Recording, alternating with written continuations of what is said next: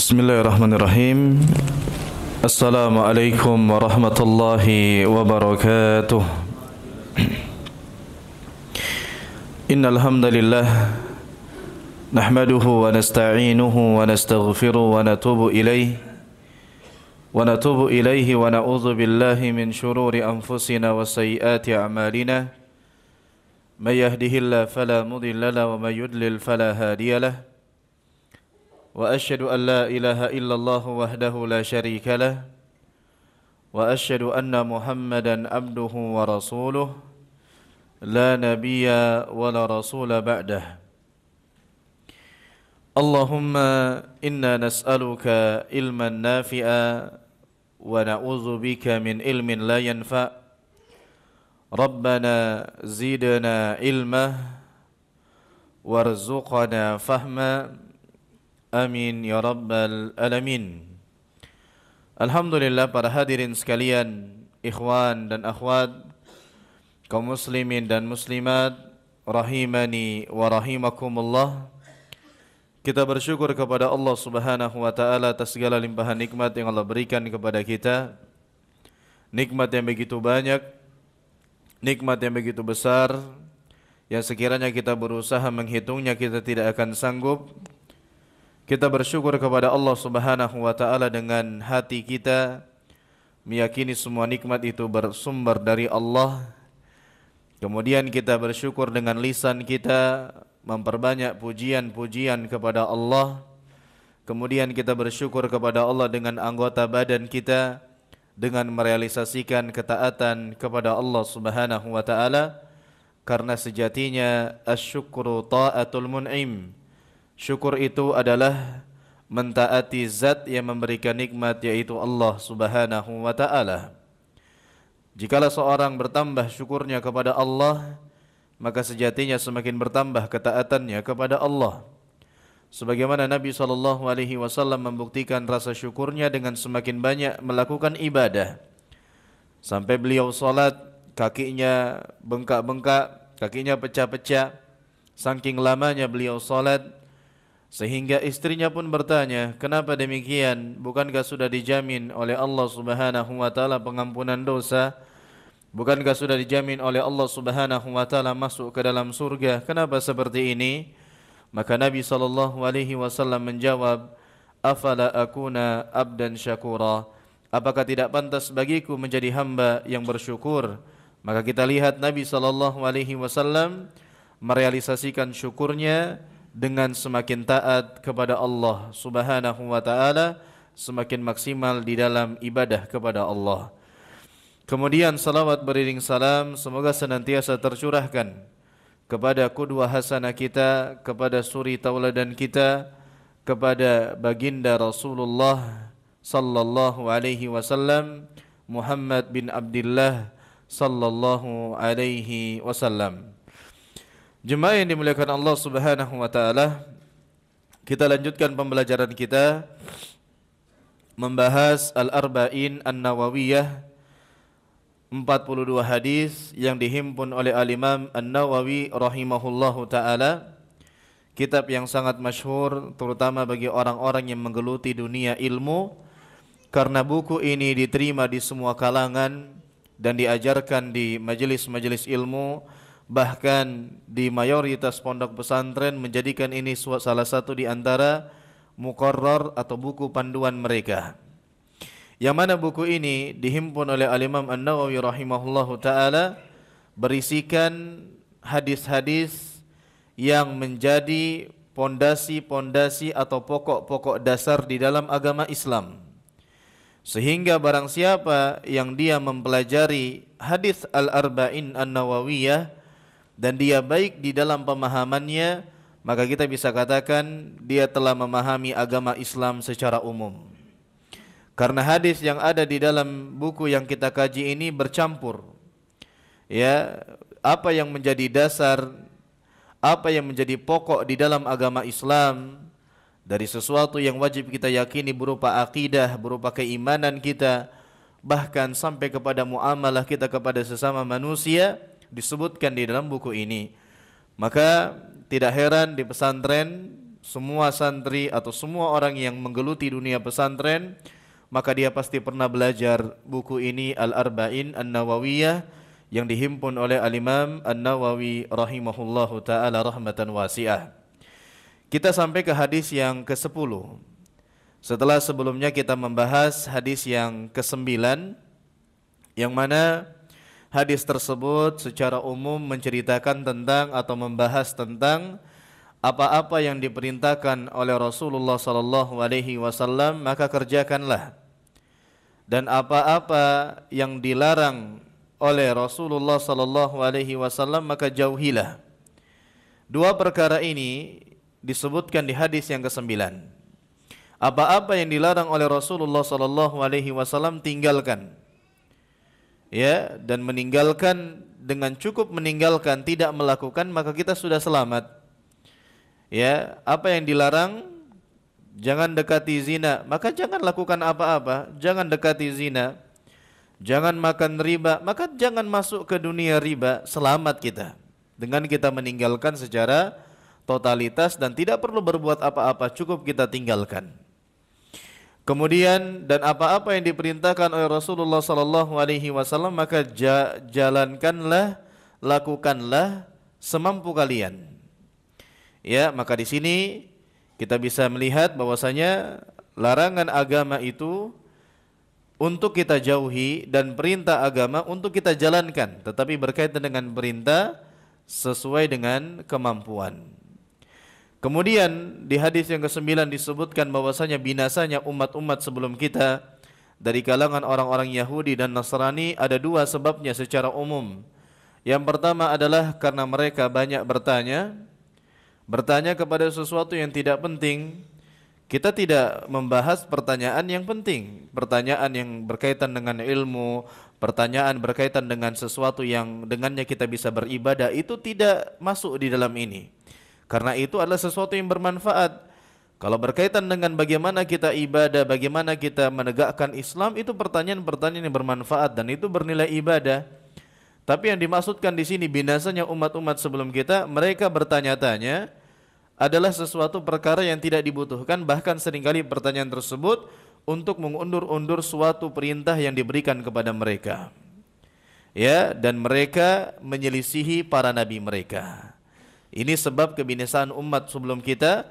Mereka banyak bertanya kepada sesuatu yang tidak dibutuhkan dan mereka seringkali menyelisihi para nabi-nabi mereka. Kita masuk kepada hadis yang ke-10 di buku ini. Kita bacakan hadisnya. An Abi Hurairah radhiyallahu taala anhu qala Rasulullah sallallahu alaihi wasallam, innallaha ta'ala tayyibun la yaqbalu illa tayyiban wa innallaha amara al-mu'minina bima amara bihil mursalin faqala ya ayyuhar rusul kulu minat tayyibati wa'malu salihan wa qala ya ayyuhalladzina amanu kulu min tayyibati ma razaqnakum thumma dzakara ar-rajula yutilu as-safar ash'atha akbar yamuddu yadayhi ila as-sama ya rabbi wa mad'amuhu haram wa mashrabuhu haram wa malbasuhu haram wa ghudhiya bil haram fa anna yustajabu lidzalik, rawahu Muslim. Dari sahabat Abu Hurairah, hadis ini bersumber dari sahabat Abu Hurairah, berarti sama dengan hadis yang meriwayatkan hadis sebelum ini, yaitu hadis yang ke-9 sahabat Abu Hurairah. Yang mana sahabat Abu Hurairah kita sudah jelaskan bahwasanya para ulama berbeda pendapat berkaitan dengan siapa nama asli beliau, dan pendapat yang paling rajih adalah Abdurrahman bin Sakhar.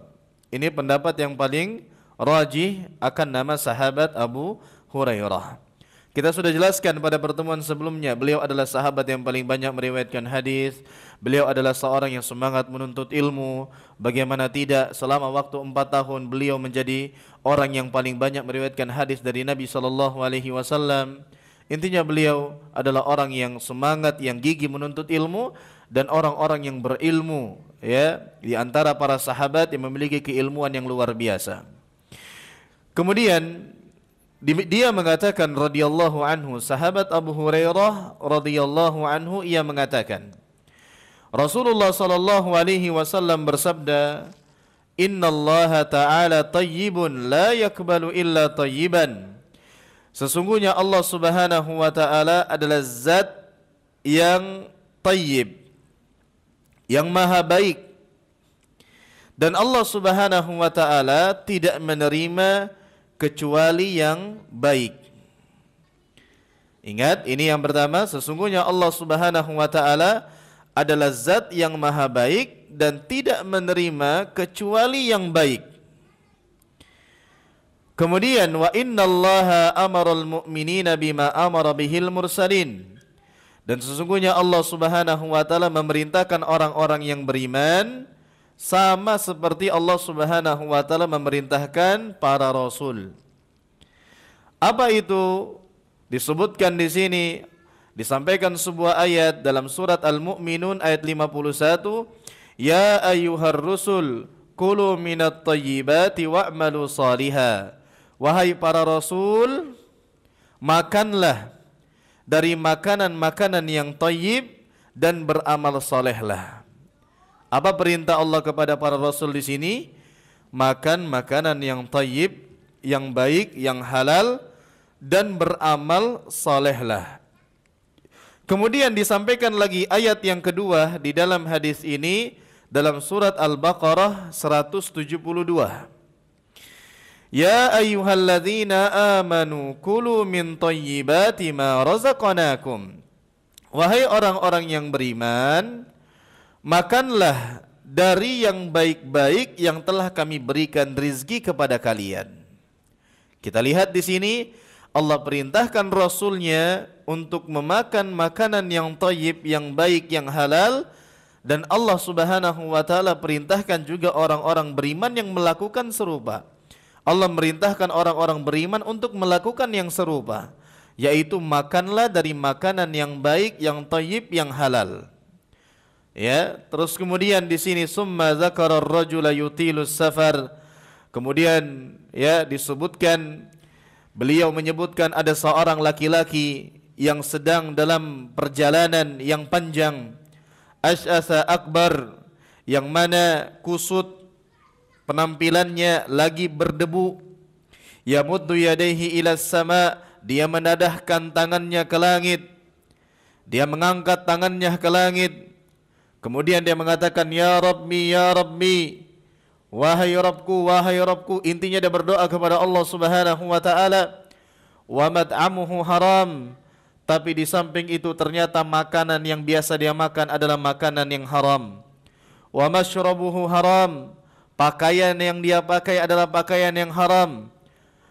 Kemudian wa mashrabuhu haram, minuman yang biasa dia minum adalah minuman yang haram. Wa malbasuhu haram, pakaian yang dia pakai adalah pakaian yang haram. Wa ghudhiya bil haram, dan dia dikenyangkan, dipenuhi gizinya, kebutuhannya dengan sesuatu yang haram. Fa anna yustajabu lidzalik, bagaimana bisa doanya akan dikabulkan oleh Allah Subhanahu wa taala.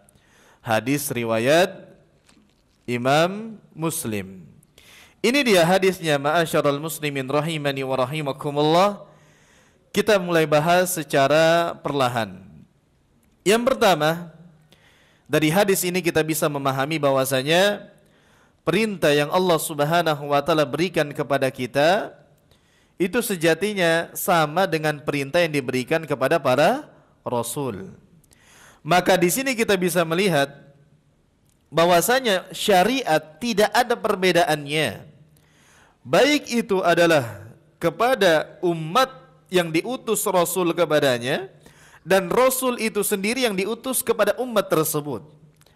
Artinya apa? Sama-sama diberikan beban syariat untuk menjalankannya. Makanya disebutkan annal asla istiwa'ul anbiya ma'a umamihim fil ahkamis syariah. Maka pada dasarnya di sini disebutkan para nabi itu sejajar dengan umat-umat mereka dalam hukum-hukum syariat. Artinya apa? Para nabi dan rasul bersama umatnya itu sama hukumnya di dalam kewajiban menjalankan hukum-hukum syariat. Rasulnya diperintahkan untuk salat, maka umatnya terlebih lagi diperintahkan juga untuk salat. Kalau rasulnya diperintahkan untuk menjalankan ibadah puasa di bulan Ramadan, maka umatnya juga demikian. Maka tidak ada perbedaan secara hukum syariat. Illa maqamad dalilu ala annahu mukhtassun bihim, kecuali di sana ada dalil-dalil yang mengkhususkan ya tentang bedanya seorang rasul dari umatnya. Tapi secara umum pada dasarnya syariat atau hukum-hukum syariat sama antara nabi dan rasul dan umat-umat mereka. Maka di sini kita bisa lihat ya, Allah Subhanahu wa taala memerintahkan yang sama. Allah perintahkan kepada para rasulnya, wahai para rasul, makanlah dengan makanan yang baik. Wahai para rasul, makanlah dengan makanan yang halal. Maka umatnya juga diperintahkan yang sama. Ya ayyuhalladzina amanu kulu min thayyibat. Wahai orang-orang yang beriman, makanlah dari makanan yang baik. Makanlah dari makanan yang halal. Ini salah satu contoh yang dimasukkan, yang disampaikan di dalam hadis yang kita bahas ini. Salah satu contohnya adalah Allah perintahkan para nabi dan rasul untuk memakan yang halal, yang thayyib. Allah perintahkan umatnya, yaitu orang-orang yang beriman, untuk melakukan yang sama. Kemudian jemaah sekalian yang dimuliakan Allah Subhanahu wa taala, di awal hadis ini Nabi SAW mengatakan, innallaha ta'ala thayyibun. Sesungguhnya Allah Subhanahu wa taala adalah zat yang maha baik. Berkaitan dengan kalimat thayyibun terjadi khilaf di kalangan para ulama. Apakah thayyibun itu merupakan nama dari nama-nama Allah atau bukan? Ya. Ada yang mengatakan, sebagian para ulama mengatakan bahwasanya thayyibun masuk merupakan nama dari nama-nama Allah Subhanahu wa taala. Namun ada sebagian ulama yang mengatakan tidak. Kenapa alasan mereka? Karena di hadis ini yang datang redaksinya dalam bentuk nakirah. Innallaha ta'ala thayyibun. Sehingga bukan merupakan nama-nama Allah Subhanahu wa taala. Lain halnya kalau datang dalam bentuk ma'rifat. Innallaha ta'ala at-thayyib. Seperti nama-nama yang lainnya. Maka jelas itu merupakan nama-nama Allah Subhanahu wa taala. Tapi intinya apa? Terjadi khilaf di kalangan para ulama, apakah at-thayyib ini merupakan nama Allah atau bukan. Tetapi dilihat dari maknanya, at-thayyib ini merupakan satu-satu atau salah satu sifat yang sama atau serupa maknanya dengan nama Allah yang lain. Siapa yang tahu? Di antara nama-nama Allah yang sama dengan at-thayyib, itu ada istilah dengan namanya Al-Quddus. Ya, jadi makna at-thayyib ini apa? Disebutkan oleh Al-Qadi Iyad rahimahullahu taala, at-thayyibu fi sifatillahi taala bi ma'nal munazzahu anin naqais. Maksud Allah adalah zat yang thayyib, artinya adalah Allah Subhanahu wa taala bersih dari segala kekurangan-kekurangan.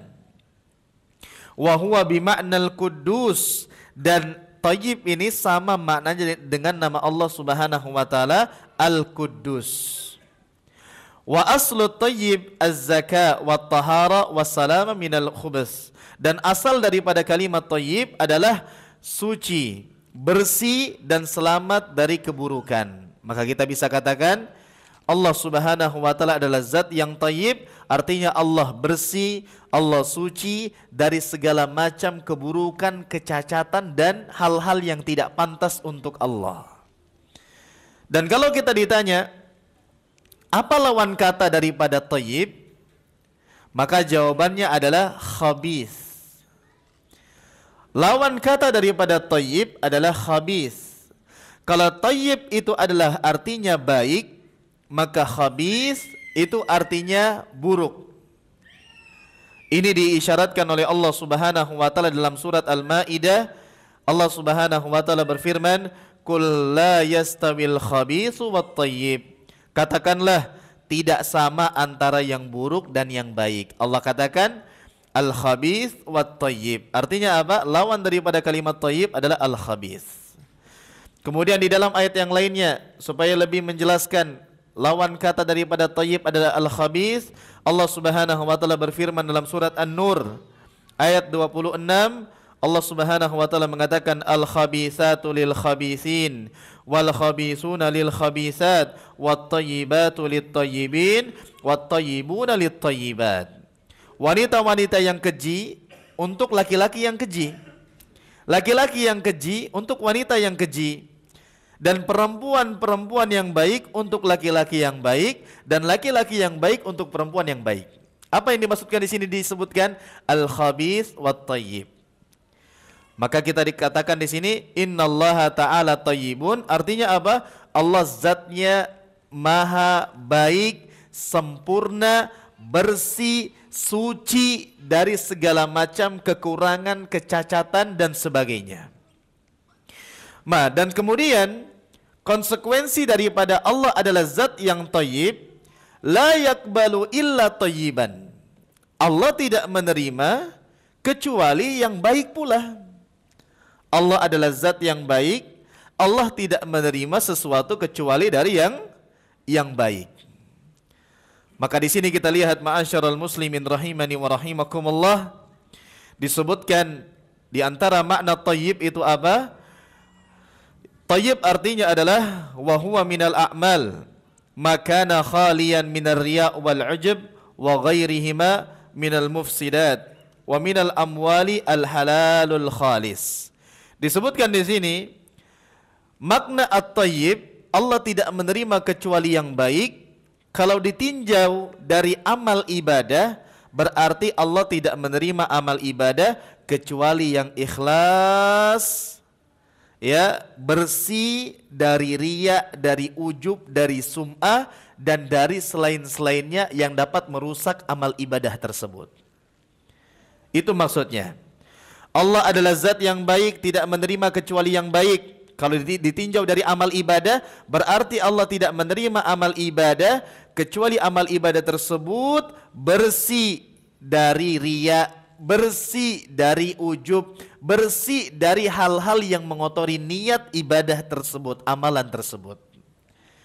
Kemudian wa minal amwal al halalul khalis. Dan kalau ditinjau daripada harta benda, Allah tidak menerima kecuali dari yang baik. Artinya apa? Allah tidak menerima kecuali dari harta yang halal, dari harta yang bersih. Itu maksudnya. Maka di sini ya kita lihat Allah Subhanahu wa taala tidak menerima yang buruk, Allah hanya menerima yang baik. Kemudian kita baca tambahan dari Ibnul Utsaimin rahimahullah, dikatakan wa thayyibu minal a'mal makana khalisan lillahi muwafiqan lisyari'ah wa thayyibu minal amwal maktasaba an tariqin halalin wa amma maktasaba an tariqin muharramin fa innahu khabith. Kemudian dikatakan oleh Ibnul Utsaimin mengatakan at-thayyib adalah amal ibadah yang ikhlas dan mencocoki sunnah Nabi SAW. Ya, Allah tidak menerima kecuali yang baik. Apa kata Ibnu Utsaimin? Kalau ditinjau dari amal ibadah, berarti Allah tidak menerima ibadah kecuali yang ikhlas, kecuali yang mencocoki syariat sunnah Nabi SAW. Kemudian kalau ditinjau daripada harta benda, yaitu maksudnya adalah Allah tidak menerima kecuali harta yang didapatkan dari jalan yang halal. Adapun harta yang didapatkan dari cara yang haram, sesungguhnya harta tersebut bukan thayyib, tapi harta tersebut adalah khabith, buruk. Ya, ingat di sini baik-baik. Kalau ditinjau dari ibadah, Allah tidak menerima kecuali yang ikhlas, kecuali yang mencocoki sunnah. Kalau ditinjau dari harta benda, Allah tidak menerima kecuali yang didapatkan melalui cara yang benar, jalan yang benar, yang halal, jelas kehalalannya. Maka di sini ma'asyiral muslimin rahimani wa rahimakumullah, tidak sah atau tidak diterima oleh Allah Subhanahu wa taala apabila ada seseorang yang beribadah kepada Allah tetapi sarana atau biaya yang digunakan untuk ibadah tersebut dari cara yang haram. Misal, kalau istilah kita ini Robin Hood, mencuri. Buruk gak mencuri ini? Buruk. Uang yang didapatkan dari mencuri halal atau haram? Haram. Kan niat saya baik. Kenapa? Membantu orang-orang susah, orang-orang yang membutuhkan. Bersedekah, amalannya baik. Tapi dia dapatkan sesuatu yang dengannya dia bersedekah ternyata dari jalan yang haram. Maka di sini dijelaskan Allah tidak menerima kecuali dari sumber yang baik. Artinya apa? Sedekah yang dilakukan dari harta yang haram, sedekah yang dilakukan dari jalan yang dengannya harta tersebut didapatkan dengan sesuatu yang Allah murkai, yang haram, yang tidak diperbolehkan, entah dari korupsi atau yang lainnya, dia sedekah, maka itu sedekahnya tidak bernilai apa-apa di sisi Allah Subhanahu wa taala. Innallaha ta'ala thayyib la yaqbalu illa thayyiban. Allah Maha Zatnya Maha baik, tidak menerima kecuali dari yang baik-baik pula. Ya, maka di sini ma'asyiral muslimin rahimani wa rahimakumullah, ingat, kita beribadah bukan hanya sekedar modal niat saja. Tapi kan niat saya baik, niat saya untuk berinfak, niat saya untuk begini. Tapi ternyata yang dituntut juga bukan hanya sekedar niat, tapi cara yang baik. Ya, maka ingat ini, Allah adalah Zatnya Maha baik dan tidak menerima kecuali yang baik-baik pula. Terus kemudian di antara dalil yang menegaskan hal ini, Allah Subhanahu wa taala berfirman dalam surat Al-Baqarah ayat 267. Allah Subhanahu wa taala mengatakan, "Ya ayyuhalladzina amanu anfiqu min thayyibati ma kasabtum wa mimma akhrajna lakum minal ard wala tayammamul khabitha minhu tunfikuna wala tayammamul khabitha minhu tunfikuna walastum biakhidhi." Disebutkan di sini Allah Subhanahu wa taala mengatakan, wahai orang-orang yang beriman, infakkanlah di jalan Allah sebagian dari hasil usahamu yang baik-baik. Allah tuntut yang apa? Yang thayyib, yang baik-baik. Dan dari apa yang kami keluarkan untukmu dari bumi. Dan janganlah kamu memilih yang buruk-buruk lalu dengannya kamu menafkahkan, kamu menginfakkan yang buruk-buruk tersebut. Di ayat ini dalam surat Al-Baqarah ayat 267 Allah katakan, wahai orang-orang yang beriman, infakkanlah harta kalian yang baik-baik dan juga dari apa yang telah kami keluarkan untuk kalian dari bumi ini. Infakkan yang baik, infakkan yang halal. Dan jangan kalian infakkan yang buruk, jangan kalian infakkan yang haram. Walastum biakhidhi, padahal kamu sendiri tidak mau mengambilnya. Maka kita lihat di sini ma'asyiral muslimin, ingat, niat yang baik saja tidak cukup, harus diiringi dengan tata cara yang baik. Ya, dan itu terjadi seakan-akan masyarakat kita ini memiliki mindset bahwasanya tatkala kita punya harta yang bercampur dengan yang haram, atau tidak usahlah yang bercampur, yang jelas-jelas haram, kita keluarkan untuk anak yatim, kita keluarkan untuk orang-orang susah, seakan-akan itu menjadi pembersih. Kita katakan tidak. Sesuatu yang membersihkan harta adalah harta yang halal, dikeluarkan zakatnya, itu nyata pembersih harta. Tapi kalau sesuatu yang haram, yang Anda berdalih dengan dikeluarkan menjadi bersih sebagaimana zakat, Anda salah cara. Dan ingat, innallaha ta'ala thayyib la yaqbalu illa thayyiban. Sesungguhnya Allah Subhanahu wa taala adalah zat yang maha baik, maha bersih, maha suci, dan Allah tidak menerima kecuali dari yang baik-baik pula. Kemudian ma'asyiral muslimin rahimani wa rahimakumullah, kemudian di sini disebutkan, ya, setelah diberikan contoh Allah memerintahkan para rasul untuk memakan yang baik-baik dan juga memerintahkan orang-orang beriman untuk memakan yang baik-baik. Kemudian disebutkan di sini summa zakara ar-rajul yutilus safar. Kemudian di sini disebutkan ada seorang laki-laki yang dia dalam perjalanan yang panjang, atau kita istilahkan dengan apa? Musafir. Ya, dia sedang dalam perjalanan yang panjang. Kemudian dalam kondisi semrawut.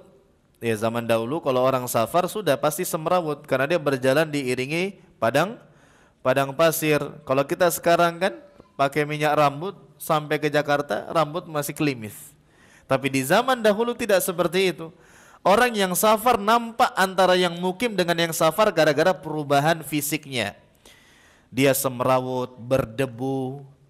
Nah, orang ini yang sedang melakukan perjalanan yang panjang, sedang menjadi musafir, kemudian semrawut, berdebu, dia mengangkat kedua tangannya. Dia berdoa kepada Allah Subhanahu wa taala. Dia mengatakan, ya Rabbi, wahai Rabbku. Dia meminta hajat kepada Allah. Tetapi yang paling mengherankan disebutkan di sini adalah wa mad'amuhu haram. Ternyata makanan orang tersebut dia biasa makan yang haram. Wa mashrabuhu haram. Dia minum yang haram. Wa malbasuhu haram, pakaiannya pakaian yang haram. Wa guziya bil haram, dia dikenyangkan, dipenuhi segala kebutuhannya dengan yang haram-haram. Fa anna yustajabu lidzalik, lantas bagaimana mau doanya dikabulkan oleh Allah Subhanahu wa taala. Kita lihat di sini.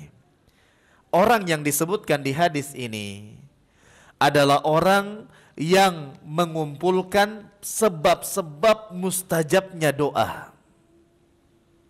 Apa di antaranya? Kita bahas runut.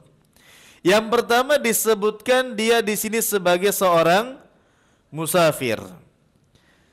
Doa orang musafir mustajab. Antum kalau jadi musafir banyak-banyak berdoa. Ya, oleh Nabi SAW 3 doa yang tidak diragukan lagi pengabulannya, di antaranya adalah dakwatul musafir.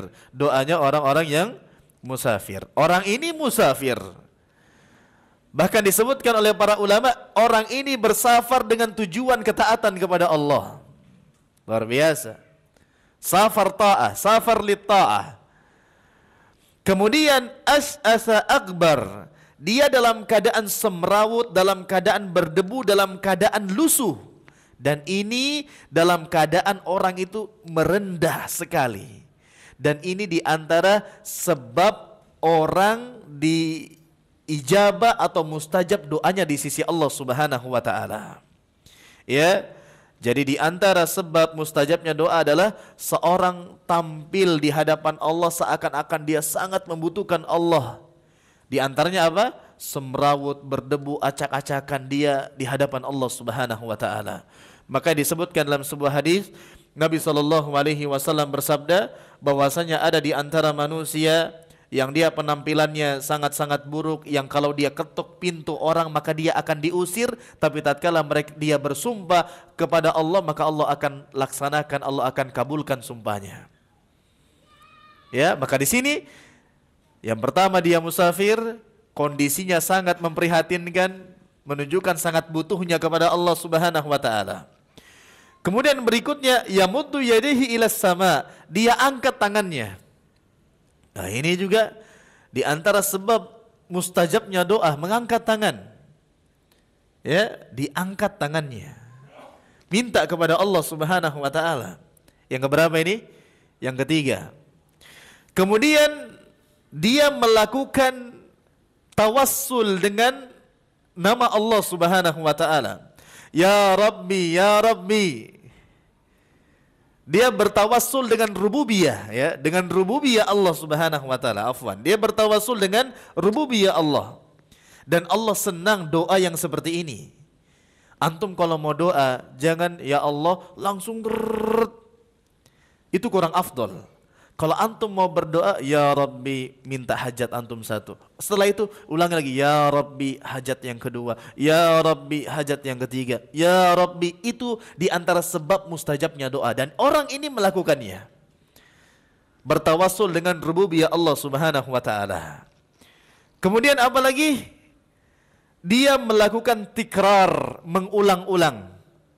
Ya Rabbi, ya Rabbi. Menunjukkan sangat butuhnya dia kepada Allah. Artinya apa? Orang ini mengumpulkan banyak sekali di antara sebab mustajabnya doa.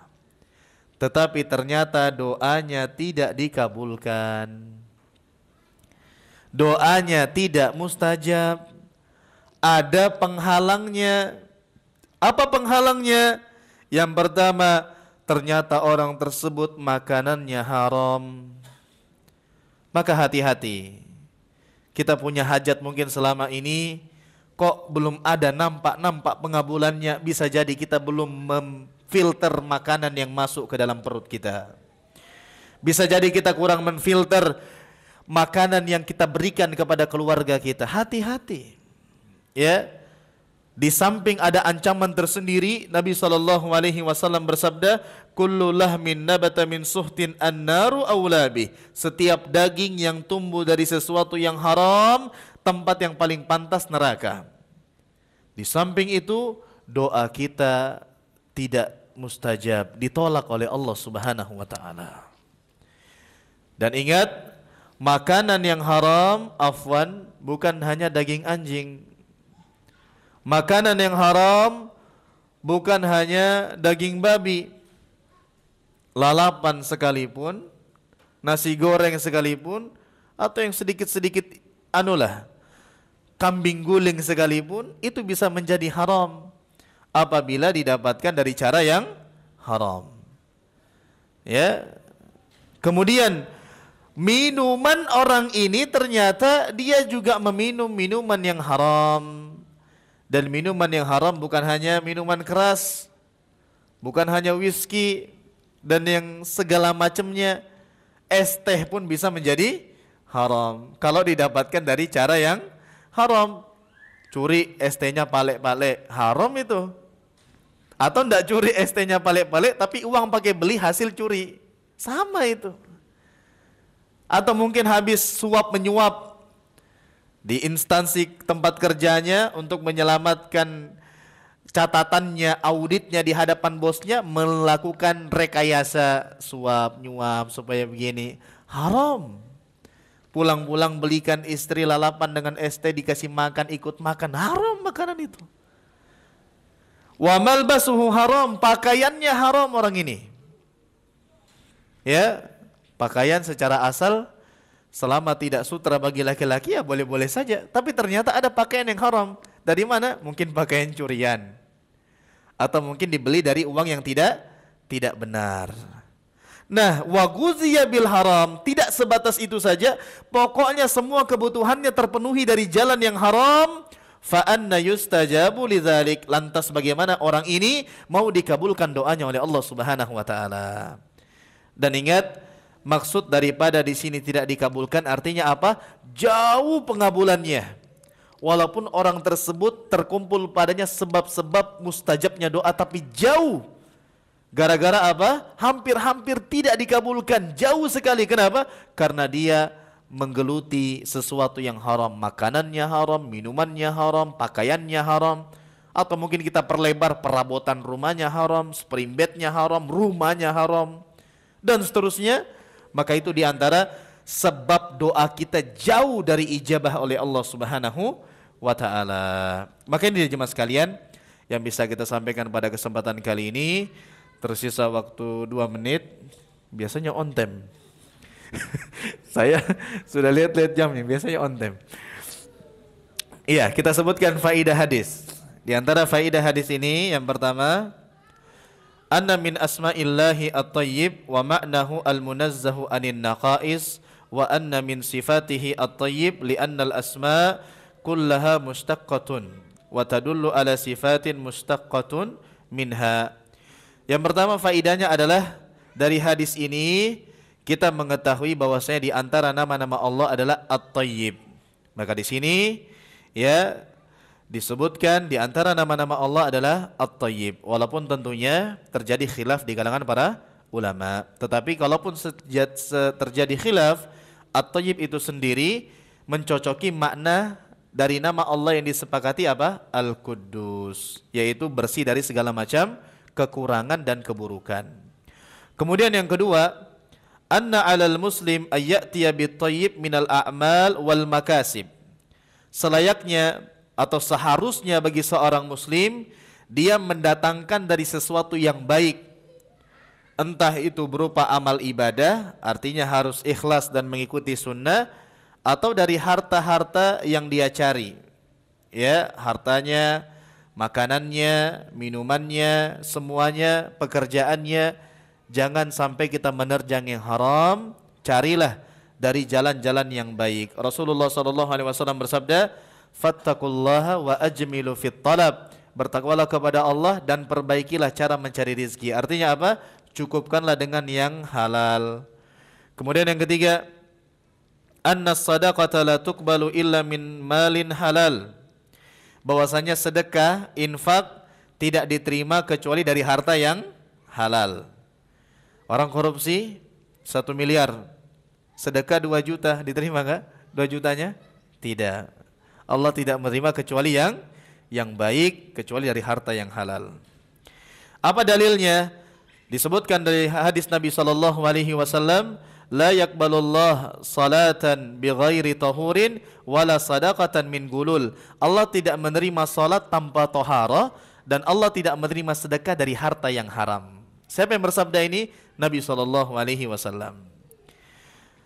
Kemudian faedah berikutnya, tafaddalallahu ala ibadihi bin ni'am wa amarahum bi ayyakulu minat thayyibat. Allah Subhanahu wa taala telah menganugerahkan kepada para hambanya nikmat-nikmat yang begitu banyak dan memerintahkan mereka untuk memakan makanan yang halal. Antum kalau melihat makanan yang halal sama yang haram, banyak yang mana? Yang halal. Cuma seringnya kita cari yang haram. Ya, orang-orang itu. Padahal kalau dilihat makanan yang halal itu antum cari, antum jadwalkan sehari makan ini, sehari makan ini, enggak habis sebulan itu. Cuma itulah namanya manusia mengikuti hawa nafsu. Kemudian anna aklal haram min asbabi adami qabulid du'a. Faedah berikutnya, makan makanan yang haram itu merupakan sebab tidak diterimanya doa di sisi Allah Subhanahu wa taala. Kemudian berikutnya, anna min asbabi qabulid du'a as-safar wa kaunud da'i ath'atha akbar. Di antara sebab mustajabnya doa berikutnya adalah bersafar. Dan tatkala sedang bersafar, yang berdoa tersebut dalam keadaan semrawut, berdebu. Itu di zaman dahulu. Kalau sekarang antum sedang safar, antum lelah, antum di kendaraan, antum di angkot, antum di kereta, berdoa kepada Allah. Itu mustajab. Kemudian anna min asbabi qabulihi aidan raf'ul yadain bid-du'a. Di antara mustajabnya doa adalah mengangkat kedua tangan tatkala berdoa. Kemudian berikutnya anna min asbabihi aidan at-tawassulu bil asma. Di antara sebab mustajabnya doa adalah bertawassul dengan nama-nama Allah. Antum kalau meminta, cari tahu nama Allah sesuai dengan permintaan antum. Kalau di hadis ini kan dicontohkan dengan rububiyahnya Allah. Ya Rabbi, Ya Rabbi. Tapi kalau antum mau berdoa, sesuaikan. Misalnya, Ya Rahman, Ya Rahim. Wahai Zat yang Maha Pengasih, yang Maha Penyayang, rahmatilah aku. Misal. Kemudian, Ya Razak, wahai Zat yang memberikan rizki, urzukni, berikan aku rizki. Antum sebut seperti itu. Ya Ghaffar, wahai Zat yang mengampuni, Maha Pengampun, ampunilah aku. Itu diantara sebab mustajabnya doa. Kemudian yang terakhir, anna min asbabihi al-ilha alallahi fihi. Di antara mustajabnya doa adalah seseorang berdoa dengan tegas. Ilhah, dengan tegas, dengan lantang, menunjukkan dia sangat-sangat butuh kepada Allah Subhanahu wa ta'ala. Nah, demikian jemaah sekalian yang bisa disampaikan pada kesempatan kali ini. Kurang lebihnya mohon maaf. ada benarnya dari Allah Subhanahu wa taala. Semoga Allah jaga kita, Allah mudahkan urusan kita mencari harta yang halal sehingga kita tidak perlu atau tidak terjatuh kepada yang haram, sehingga Allah berikan kita kecukupan dari yang halal dan kita tidak perlu untuk merendahkan diri kita di hadapan manusia. Berdoa kepada Allah Subhanahu wa taala, minta pertolongan kepada Allah Subhanahu wa taala, dan ingat, selama kita masih hidup kita pasti diberikan rezeki. Selama kita masih hidup, yakinlah kita pasti diberikan rezeki. Mau antum cari cara yang halal atau antum cari cara yang haram, sama saja yang didapat itu. Tinggal antum bersabar dan perbaiki cara mencari, sama ujung akhirnya nominal yang antum dapat. Baik dengan cara yang halal atau cara yang haram. Maka bertawakal kepada Allah, beristi'anah kepada Allah, dan ingat Rasulullah sallallahu alaihi wasallam bersabda, "Innan nafsa lan tamuta hatta tastawfiya rizqaha." Sesungguhnya setiap jiwa tidak akan meninggal dunia sampai sempurna rizkinya. Yakinlah selama kita masih hidup kita akan diberikan rezeki, keluarga kita, anak-anak kita, tapi kita tetap melakukan ikhtiar yang baik kepada Allah Subhanahu wa taala. Demikian, semoga menjadi ilmu yang bermanfaat. Semoga duduknya kita di tempat ini menjadi ibadah yang besar pahalanya di sisi Allah Subhanahu wa taala, dan semoga kita semua mendapatkan janji Allah yaitu berupa kemudahan menuju surganya. Amin ya rabbal alamin. Kita akhiri dengan doa kafaratul majlis. Subhanakallahumma bihamdik asyhadu an la ilaha illa anta astaghfiruka wa atubu ilaik. Wa akhiru da'wana anil hamdulillahi rabbil alamin. Assalamualaikum warahmatullahi wabarakatuh.